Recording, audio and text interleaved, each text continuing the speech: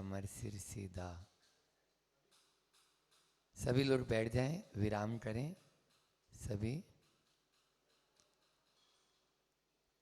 आदिम तीर्थंकर प्रभो आदिनाथ मुनिनाथ, आदि व्याधि अगमन मिटे तुम पद में मम मात। चरण शरण है आपके तारण तरण जिहाज, भवदधि तट तट ले चलो करुणा कर जिन राज। 52 गजा के बड़े बाबा आदिम तीर्थंकर आदिनाथ भगवान की, परम उपकारी संत श्रोमणी आचार्य गुरुवर विद्यासागर जी महामुनि राज की, पूज्य मुनि श्री 108 दुर्लभ सागर जी महाराज की, 48 दिवसीय भट्टामर महामंडल विधान की। मानतुंग आचार्य प्रभु की भक्ति में लवलीन हैं और प्रभु की भक्ति में उनका गुणानुवाद कर रहे हैं कि प्रभु जैसी ज्योति आप में है, जैसा तेज आप में है, जैसी शक्ति आप में है, जैसे गुण आप में है, वैसा अन्य किसी दूसरे में नहीं।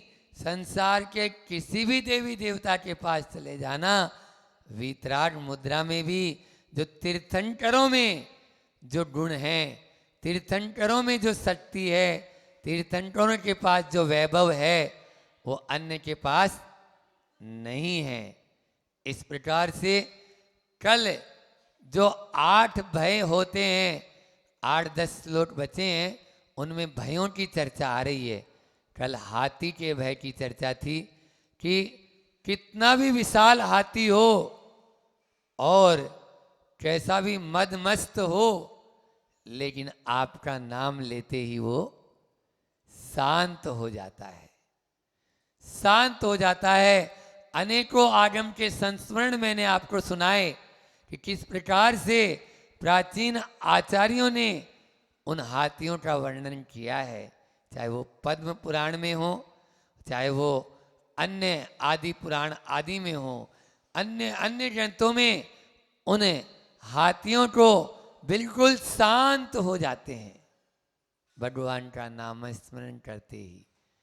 और उस समय प्राचीन तो छोड़ो, अभी वर्तमान में भी जो हाथी है, और कल मैंने सम्मेद शिखर जी का संस्मरण सुनाया था आपको कि सम्मेद शिखर जी में परिक्रमा में 2 महिलाएं भटक गई और बस हाथियों का दल आया, झुंड आया और सारे हाथी आए, लेकिन उन दोनों महिलाओं को कुछ भी चोट, कुछ भी उनके साथ में नहीं पहुंचाई। क्यों?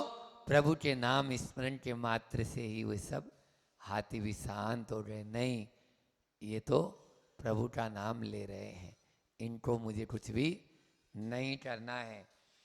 इस प्रकार से हाथी प्रकृति से तो शांत होता है, लेकिन जब उसमें मद आ जाता है, जब मद झरने लगता है, तो वह बिछट जाता है या मदमस्त हो जाता है, फिर किसी के काबू में नहीं आ पाता है। वैसे प्रकृति उसकी बहुत शांत रहती है। आपने देखा होगा हाथी बिल्कुल जितना विशाल है उतना ही वो शांत भी रहता है, लेकिन जब कभी कभार जैसे आदमी गुस्से में आ जाता है तो फिर क्या है, ऐसे उसको भी आ जाता है और फिर और उसके भौरे गुंजायमान करने लग जाए तो कहना ही क्या, और ज़्यादा उसको परेशान कर रहे हैं। एक तो मदमस्त, और वो जो मद जो झर रहा था उसकी सुगंध से भौरे आके कान में गुर्र कर रहे हैं, और ज़्यादा उसको गुस्सा आने लग जाता है। इस प्रकार लेकिन फिर भी आपके नाम स्मरण मात्र से वह शांत हो जाता है। कई प्रकार के हाथी होते हैं और अलग अलग प्रांतों में अलग अलग तरह के हाथी होते हैं। कहीं छोटे भी होते हैं, कहीं बड़े भी होते हैं, कहीं हल्के भी होते हैं, कहीं भारी भी होते हैं। इस प्रकार के आप अनेक देशों का जब भी आप चिंतन करेंगे, रिसर्च करेंगे, शोध करेंगे, अनुसंधान करेंगे, तो आपको मिलेगा हाथी भी कई प्रकार के होते हैं और उन हाथियों में अलग अलग क्वालिटी भी होती है, कलर भी बहुत तरह के होते हैं। तो इस प्रकार से हाथियों का यह कल जो है भय आपको नहीं सताएगा। क्यों? आप प्रभु की शरण में आ चुके हैं। आज शेर का भय, सिंह का भय बता रहे हैं। हाथी शाकाहारी प्राणी है, शांत प्रकृति वाला है। शेर मांसाहारी प्राणी है और क्रूर प्रकृति वाला है। वह हिंसक प्राणियों की संज्ञा में आता है। हाथी से ही जब शांत हो गए हैं तो शेर भी शांत हो जाएगा। चिंता करने की कोई बात नहीं है, क्योंकि सम्यक दृष्टि जो होता है वो कभी किसी के भय से डरता नहीं। क्यों? वो जानता है आत्मा अजर अमर है, अविनाशी है, उसको कोई मार नहीं सकता, उसको कोई तोड़ नहीं सकता, उसको कोई काट नहीं सकता।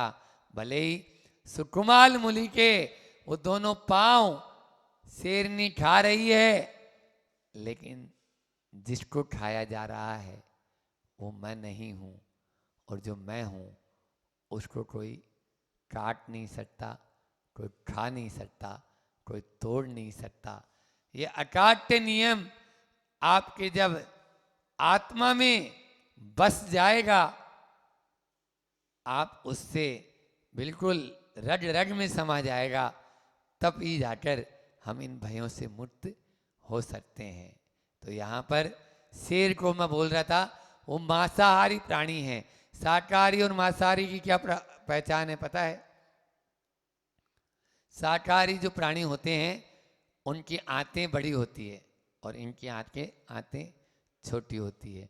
शाकाहारी प्राणियों के दांत उतने नुकीले नहीं होते, लेकिन मांसाहारियों के नुकीले होते हैं। एक बार पकड़ में आ गया तो काटेगा ही। शाकाहारी प्राणी चबा चबा के खाते हैं और मांसाहारी काट काट के खाते हैं, काट काट के खाते हैं। इस प्रकार से आप शाकाहारी हो या मांसाहारी, काट के नहीं, हमें चबा चबा के भोजन करना चाहिए। जो चबा चबा के भोजन करेगा वो कभी भी, आचार्यों ने आयुर्वेद ग्रंथों में लिखा है, एक ग्रास को 32 बार चबाओ, उसमें लाला रस मिलाओ, और जब वो लार बोलते हैं, जब वो पूरी मिल जाएगी तो आपको उस भोजन का अलग ही आनंद आएगा, और वो भोजन भी आपको गुणवान गुणग्राही होगा। उससे आपको तत्व, पौष्टिक तत्व मिलेंगे। तो मैं बोल रहा था शेर जो है वो मांसाहारी प्राणी है, ठीक है ना, क्रूर प्राणी है, लेकिन वह शेर के भय से भी आचार्य मानतुंड स्वामी हमें मुक्त होने का मार्ग बता रहे हैं। क्या मार्ग है वो भी अपन देखते हैं। पहले श्लोक को उच्चारण करते हैं, उसके बाद शब्दार्थ, और फिर इसका क्या प्रतीक अर्थ है वो भी आज मैं आपको बताऊंगा। 39वां काव्य। बिन्ने कुंभ गल दुज्ज्वल सोनितात, बोलो, मुट्टा फल प्रकर भूषित भूमि भाग,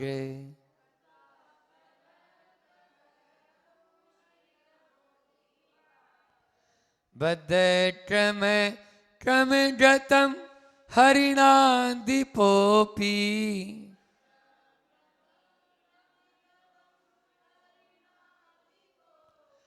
नाकामति क्रम युगाचल संसृतम ते।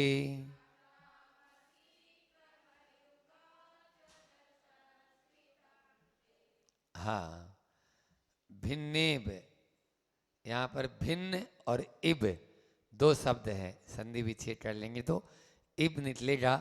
इब का मतलब कल बताया था मैंने, कल जो यहाँ पर, अब यहाँ तो सिद्ध क्षेत्र है, रोज नए नए क्लाइंट आते हैं और पुराने वाले चले जाते हैं। पुराने वाले रहते तो हैं लेकिन वो थोड़े, बताओ पुराने वालों में इब का अर्थ क्या बताया था? हाथी। इब का मतलब हाथी, यानी छिन्न भिन्न कर दिया है हाथी की कुंभ यानी मस्तक, कुंभ को, मस्तक को, गलद, मस्तक से गलद यानी झरता हुआ, उसके मस्तक से कल शोतन आया था, आज गलत शब्द आया है। उज्ज्वल, उसके जो छिन्न भिन्न कर दिया हाथी के मस्तक को, तो उसके मस्तक से झर रहे हैं क्या? उज्ज्वल सोनित आर्त, सोनित रक्त यानी रक्त से सने हुए श्वेत वर्ण के, उज्ज्वल यानी सफेद, बिल्कुल झकाझक। मुट्टा फल, मुट्टा फल को बोलते हैं मोती। मुट्टा फल यानी मोती। कई प्रकार के मोती होते हैं, गज मोती बताया था मैंने मूठ माटी में, है न, और नाग मुट्टा भी होता है, गज मुट्टा भी होते हैं, फिर वंश मुट्टा बांस के पेड़ से भी निकलते हैं, और सीप मुट्टा, सीप के मुठ से भी निकलते हैं। आसमान से भी जो मुट्टा होते हैं मेघ मुट्टा कहलाते हैं, है ना। सुअर के सिर में से भी निकलते हैं, सूटर मुट्टा, सूटर मुट्टा बोलते हैं उसको। इस प्रकार से कई प्रकार की ये मोती होते हैं, आप लोगों ने नाम ही नहीं सुने होंगे। तो यहाँ पर भी मुट्टा फल, कौन सा मुट्टा? हाथी का जो दंड स्थल होता है ना, ये हिस्सा, ये बहुत कोमल होता है, बहुत कोमल। यहाँ पर वार करते ही अपने आप ही ये बहुत कोमल होता है। आप ऐसे गिरेंगे कभी तो बचने के पूरे चांस है। क्या बोला मैंने? ऐसे सीधे गिरेंगे इधर के बल से, तो ये यहाँ अपना जो है ना, ये अंदर में बहुत हार्ड रहता है, तो अंदर का जो भाग है उसको चोट नहीं पहुँचने देता है। और यदि आप उल्टे गिरे तो गिरते ही तुरंत ही ये जो हिस्सा है डैमेज होगा, और उसको बोलते हैं ब्रेन हेमरेज। क्या बोलते हैं? Brain haemorrhage. ये पूरा ब्रेन है, इस ब्रेन में आगे वाला तो हार्ड है और पीछे वाला सॉफ्ट है। जो महावत होते हैं ना, महावत, वो हाथी को यहीं से टेटल करते हैं। ये यहाँ उसके जैसा इशारा करेंगे वो हाथी वैसे ही करने लगता है। सूंड उठाओ, सूंड उठाएगा, बैठ जाओ, बैठ जाएगा, और सलामी दो तो सलामी देगा। इस तरह से वो हाथी झूमेगा तो झूमने लगेगा। मोड़ने के लिए भी इधर ही करते हैं, इधर मोड़ना है तो इस तरफ, उधर मोड़ना है तो इस तरफ। ये पशु पक्षियों की मतलब पालन करने की पद्धति होती है। जैसे ऊंट है वो नकेल के माध्यम से, है ना, हाथी है वो अंकुश के माध्यम से, घोड़ा है वो लगाम के माध्यम से, इनको नियंत्रण में किया जाता है। और मनुष्य है उसको कैसे नियंत्रण में करें? बोलो। अरे घोड़े को लगाम से, हाथी को अंकुश से, ऊंट को नकेल से, घोड़े को कैसे करेंगे? मनुष्य को कैसे करेंगे? मनुष्य को मन से, मनुष्य को मन से, मन रूपी अंकुश, मन रूपी लगाम, मन रूपी जो है आपकी नकेल, आप कस के रखो, वो आपके नियंत्रण में हमेशा आ जाएगा, आपके नियंत्रण में हमेशा रहेगा। और मन रूपी लगाम, अंकुश या नकेल आपने ढीली छोड़ दी, वो 3 काल में आपके नियंत्रण में नहीं आएगा। आपने उस लगाम को छोड़ दी है, छोड़ दी तो वो अब भागेगा, दौड़ेगा इधर उधर। इसलिए यहाँ पर जो ये मैंने बताया, मोती जहाँ पर रहते हैं मुट्टा, वो रक्त से सने हुए श्वेत रंग के मोती, और एक आध मोती नहीं, प्रकर, प्रकर यानी समूह, समूह से भूषित शोभायमान कर दिया है। किसको? भूमि भागे, भूमि के भाग को, यानी हाथी के गंड स्थल से इतने सारे मोती जो रक्त से सने हुए हैं, लेकिन उज्जवल सफेद सफेद पूरी पृथ्वी पर नजर आ रहे हैं। हर हाथी के मस्तक में मोती नहीं होते, हर हाथी के नहीं होते, कोई कोई दिग्गज होते हैं, उन्हीं हाथियों के गजमुट्ठा, जैसे हर सांप के फण में मोती नहीं पाया जाता, लेकिन कोई कोई सांप के फण में मोती पाया जाता है। इसी प्रकार से हर हाथी के सिर में मोती नहीं होते हैं, लेकिन फिर भी जब युद्ध होता है तो उस युद्ध स्थल पर चारों ओर रक्त से क्षणे हुए सने हुए वो मोती बिखरे हुए पड़े रहते हैं, बिखरे पड़े रहते हैं।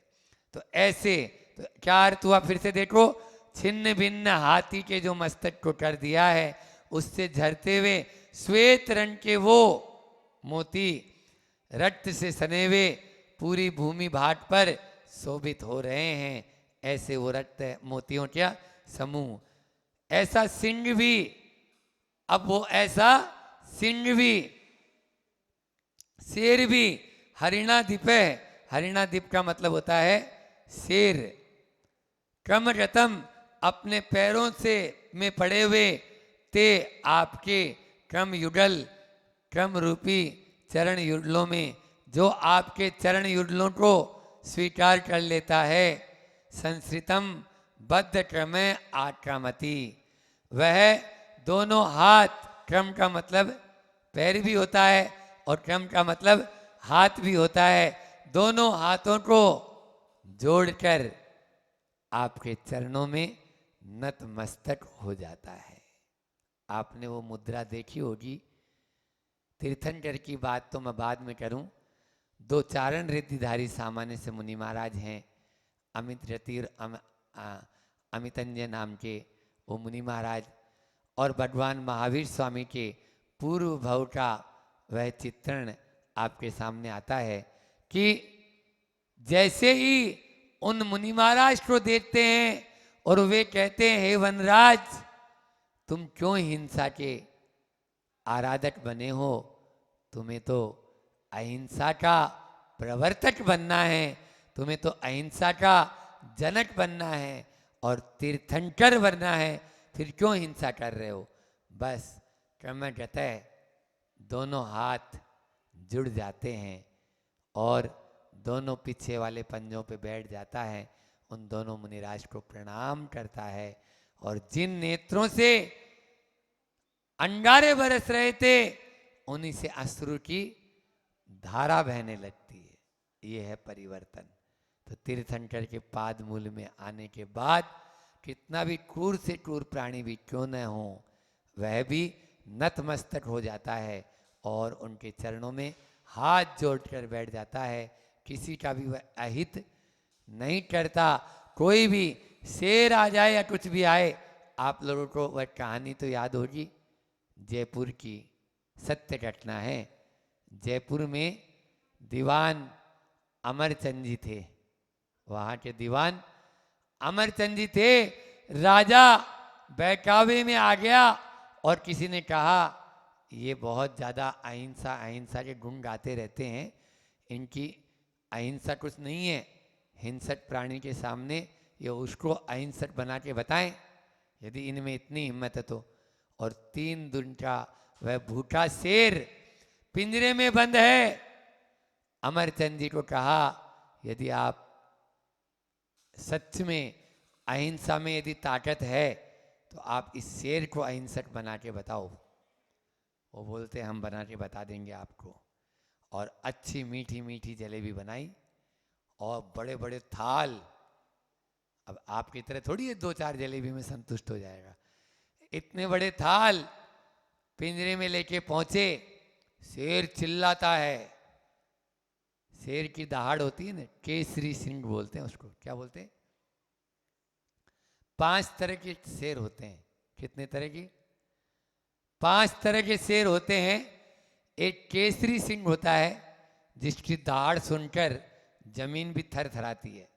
एक शार्दुल शेर होता है, उसका मुख जो है अलग टाइप का होता है, बड़ा, बहुत बड़ा मुंह होता है। और एक होता है पंकज, और एक होता है अलग अलग 5 तरह के इस प्रकार के। वटुट नाम का भी एक शेर होता है। तो इन शेर के बहुत छोटा शेर, कुत्ते जैसा शेर होता है वो, लेकिन होता वो भी शेर है। और उससे भी अच्छे अच्छे घबराते हैं। गिरनार जी के जंगलों में पाया जाता है वटुट नाम का शेर, वहाँ के गिरनार के जंगलों में बहुत। और मुत्तागिरी के आसपास में भी शेर पाए जाते हैं। तो इस प्रकार से भारत में भी 5 ही प्रजाति बची है और अन्य प्रजातियां लुप्त हो गई। तो मैं कह रहा था कि वह शेर दहाड़ता है, लेकिन ये बिना भय के, बिना डरे उसके पिंजरे में जाते हैं और कहते हैं, हे मृगराज, हे वनराज, आपके सामने 2 विकल्प हैं। यदि आप अपनी भूख शांत करना चाहते हो तो ये जलेबियां हैं, आप अपनी भूख शांत कर लो। और यदि आप मांस खाना चाहते हो तो मैं स्वयं हूं, आप मुझे मार लो और मेरे मांस से आप अपनी क्षुधा को शांत कर सकते हो। यदि वाक्य में आप भूखे हैं तो इन जलेबियों से भी आपकी भूख शांत, क्षुधा शांत हो सकती है। कहते हैं शेर आया, दीवान जी अमरचंद जी को प्रणाम किया और धीरे से उन जलेबियों को खाना शुरू कर दिया। चारों तरफ जन सैलाब देखने को था। आज क्या होगा, 3 दिन का भूखा शेर दीवान अमरचंद जी को खा जाएगा। लेकिन अमरचंद जी अमर हो गए, अमरचंद जी अमर हो गए और शेर को खिला दी उन्होंने मीठी मीठी अच्छी जलेबियां। क्यों नहीं हो सकता है? आज आप भी देखो, यदि आप अपना पेट भरना चाहो तो बहुत सारी चीज़ें हैं, काजू बादाम पिस्ता भी हैं आपके लिए तो। लेकिन आदमी कुछ भी खाना चाहता है, उसको मांस खाने की आदत पड़ गई फास्ट फूड के नाम से। उसके जीभ पर एक बार वो चढ़ गया स्वाद, अब वो बाजार की ले आएगा। अभी हमने यहाँ 52 गजा में देखा, कुछ बच्चे थे, वो बड़वानी जाकर और वहाँ से वो आपकी सब्जी वगैरह चटपटी जो होती है वो लेके आ रहे हैं। ये क्या है? ये सब कुछ निश्चित रूप से हमारे मन की क्षुधा है। क्षुधा यानी मन की जो है तृष्णा है, मन की जो है विकल्प है, बाकी कुछ नहीं। आप जयपुर कभी गए हो तो जोरी बाजार में उनके नाम की धर्मशाला है, दीवान अमरचंद जी की, दीवान जी की धर्मशाला है न। और उनका बेटा पोता उदय सिंह, उनके नाम से भी 18 नसियाँ हैं। वहाँ पर पास में ही उदय सिंह जी की नसियाँ जो है वो बनी हुई है, आज भी उनकी गौरव गाथा गाते हैं। तो इस प्रकार से शेर जैसे क्रूर प्राणी को भी वश में किया जा सकता है। आचार्य विमल सागर जी महाराज का अभी जीता जागता उदाहरण बताता हूँ, इसी पंचम काल का। सम्मेद सीकर जी की कई वंदना उन्होंने की और कई बार वो अकेले भी चले जाते थे जहाँ हाथी रहते हैं। कल मैंने बताया था, मद सहित हाथी जहाँ पर विचरण करें उस शिखर का नाम है सम्मेद शिखर। सम्मेद यानी मद सहित हाथी जिस जंगल में रहे, जहाँ हाथी रहते हैं वहाँ पर शेर भी रहते हैं। अब शेर वहाँ पर आते तो एक दिन अकेले ही विमल सागर जी महाराज वंदना के लिए चले गए, आचार्य विमल सागर जी महाराज। हाँ, अब इधर वो लौट रहे थे और सामने से शेर आ गया। अब शेर आ गया तो क्या होगा? एक से पूछा, भैया तुम जंगल में हो और शेर आ जाए तो क्या करोगे? बोले मैं क्या करूँगा, जो भी करेगा वही करेगा। मैं क्या करूँगा, जो भी करेगा वही करेगा। इस प्रकार से अब मुझे तो कुछ करना ही नहीं है। विमल सागर जी महाराज अपना कायोत्सर्ग मुद्रा में खड़े हो गए कि आज तो शेर है, और अब वो छोड़ेगा भी नहीं और खा ही जाएगा। तो उन्होंने आकस्मिक समाधि ले ली और अपनी यह, यदि आकस्मिक संलेटना का मतलब होता है उपसर्ग टल गया तो ठीक और नहीं टला तो कोई बात ही नहीं, तो बस खड़े हो गए। जैसे ही खड़े हुए शेर आया और जिस प्रकार से कुत्ता होता है ना, कुत्ता वो आप एक रोटी का टुकड़ा डाल दो तो दुम हिलाने लगता है, ऐसे ही शेर भी अपनी पूंछ हिलाने लगा और अपने सिर को इस तरह से गर्दन को हिला हिलाकर और उनके चरणों को चूमा, प्रणाम किया और 3 प्रदक्षिणा देकर जहां से आया था उसी ओर वापस चला गया। ये है शेर। कई बार आप लोग अक्षरधाम के भी गए हो, दिल्ली के या अहमदाबाद के, दोनों अक्षरधाम देखना, हम दोनों देखे हैं।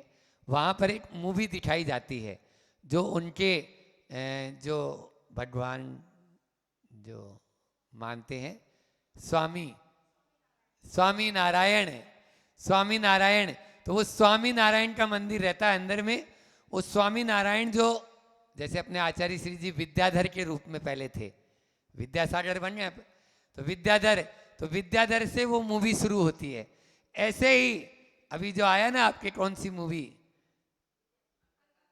अंतरयात्री, हाँ, तो अंतरयात्री आचार्य श्री जी के ऐसे ही जीवंत पात्र हैं, ऐसे ही स्वामी नारायण के जीवंत पात्र हैं। तो वो बचपन में घर छोड़ देते हैं और घर छोड़ के नदी नाले उफान में हैं, तैरते हुए जा रहे हैं, पानी यहाँ तक है, एक कमंडल खाली और यहीं तक गमछा बांधते थे वो स्वामी नारायण। तो वो उनके एक गांव में खुंखार शेर आता था। एक दिन वो रात्रि विश्राम किए, अब वो बाहर एक पेड़ के नीचे बैठे हुए थे और वो शेर आया। सब चिल्ला रहे हैं शेर आ गया, शेर आ गया, भाग जाओ, शेर आ गया। सब ने अपने दरवाजे बंद कर लिए, लेकिन स्वामी नारायण जो बचपन में थे वो नहीं उठे, अपने ध्यान में लीन। शेर आया, सूंघा, 3 प्रदक्षिणा करके चला गया। ये भी वहां पर बताया जाता है। ये प्रभु के पास जो रहेगा बाल भी बांका उसका कभी नहीं हो सकता है। लिख लो, बाल भी बांका नहीं हो सकता है। एक बार ऐसा हुआ, समय तो हो रहा है, एक बार ऐसा हुआ कि गुरु और शिष्य चले जा रहे थे, संध्या वंदन का समय हुआ और संध्या वंदन के समय दोनों बैठ गए, गुरुजी और शिष्य चेला। अब वो शाम की जो वंदन प्रार्थना होती है वो करने लगे।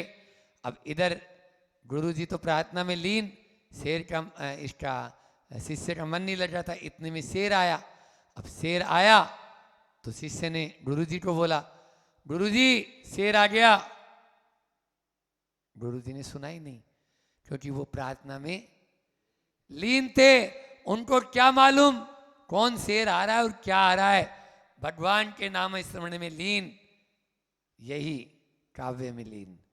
और इधर गुरुजी को बोलता है शेर आ गया, बिल्कुल पास में आ रहा है, कोई खबर नहीं, आप जानो, मैं तो जा रहा हूं। और वो तुरंत पेड़ के ऊपर चढ़ गया। वहां बाजू में एक बहुत बड़ा पेड़ था, उस पेड़ पर चढ़कर देखता है श्वास रोक के, और बिल्कुल अंदर से, अब आप ही जानते हो क्या हो सकता है ऐसी हालत, गुरुजी को खाएगा। अब तो गुरुजी के पास शेर आया और शेर ने 3 परिक्रमा दी, गुरुजी को सूंघा और वापस जिधर से आया था उधर ही चला गया। ये श्वास रोक के नीचे उतरा और इतने में गुरुजी अपनी पूरी प्रार्थना का समय हो गया, उठे और चलते बने। अब ये अपनी स्टोरी सुना रहा है उनको, गुरुजी मैंने आपको, शेर आया था, अभी आया होगा, मैंने आपको बोला था, बोला होगा, आप सुने नहीं थे, नहीं सुना होगा, मैं भग गया और पेड़ पर चढ़ गया होगा और शेर ने आपकी 3 प्रदक्षिणा दी, आपको सूंघा होगा, प्रदक्षिणा दी होगी। इतने में गुरुजी के बाह पर यहाँ पर एक मच्छर आके बैठा, और मच्छर आके बैठा तो गुरुजी ने अपने हाथ से धीरे से उसको कोमलता से अलग कर दिया।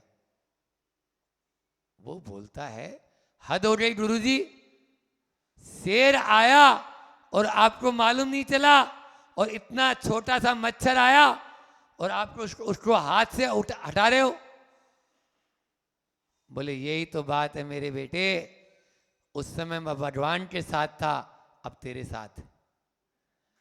उस समय मैं भगवान के साथ था, अब तेरे साथ। अगर दूसरे पर में ध्यान देंगे तो मच्छर भी आपको ध्यान याद दिला देगा, और यदि भगवान के साथ रहेंगे तो शेर भी आपका बाल भी बांका नहीं कर पाएगा। यहाँ पर आचार्य भगवान यही कह रहे हैं, शेर जो है वो काल का प्रतीक है। काल सिंह ने मृग चेतन को घेरा भवन में, और नहीं बचावन हारा कोई, यूं समझो मन में। इसलिए मैं बोल रहा था ना, प्रतीक अर्थ क्या है? प्रतीक अर्थ यही है कि काल रूपी शेर आप जैसे हम जैसे हिरण को दबोच रहा है, और दबोच रहा है तो अब कोई बचावन वाला नहीं है, केवल मात्र प्रभु का नाम लेना ही हमारे लिए प्रभु ही शरण है। अन्यथा शरणम नास्ति त्वमेव स्वर्णम मम।